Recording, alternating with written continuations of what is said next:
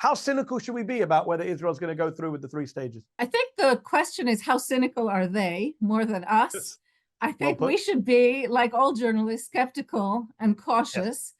And I think this Israeli government is a very dangerous, very extremist, and extremely unstable government. There's a paradox in the existence of this particular Israeli government, which is it's extremely weak, it's extremely fragile, it's febrile, everybody in it hates everybody else, but they want to survive. And Netanyahu's most forceful argument, including for, Bezalel Smotrich is a guy who has been famous for saying a lot of awful stuff, but one non-awful thing he said before he became minister was he referred to Netanyahu rather famously as Shakran ben Shakran, a lying son of a liar.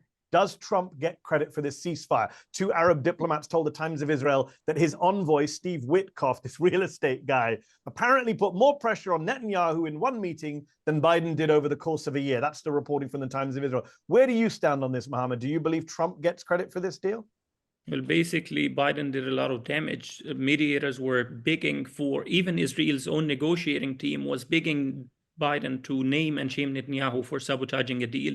They never did. To the contrary, Biden chose consciously to, according to a former senior Israeli security official, he said it to me in November, he said Biden is engaging in a shameless attempt of rewriting history and gaslighting to basically to absolve himself of the responsibility for refusing to pressure Netanyahu by instead blaming everything on Hamas and never blaming Netanyahu and claiming that Netanyahu accepted the deal falsely every single time.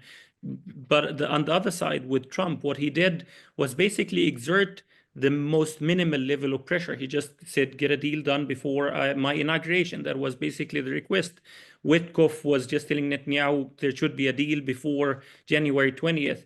At the same time, I'm afraid that there's going to be a transactional element to this kind of deal. Trump is a businessman. Netanyahu knows how to trade with him. There's in Israeli media, there are already reports that Trump promised to allow Israel to violate the ceasefire, resume the war after phase 1, as well as giving them a gift bag. Literally, the verbatim quote is a gift bag, lifting all sanctions Israeli settlers, extremists, and Israeli shady companies, as well as major land theft in the West Bank.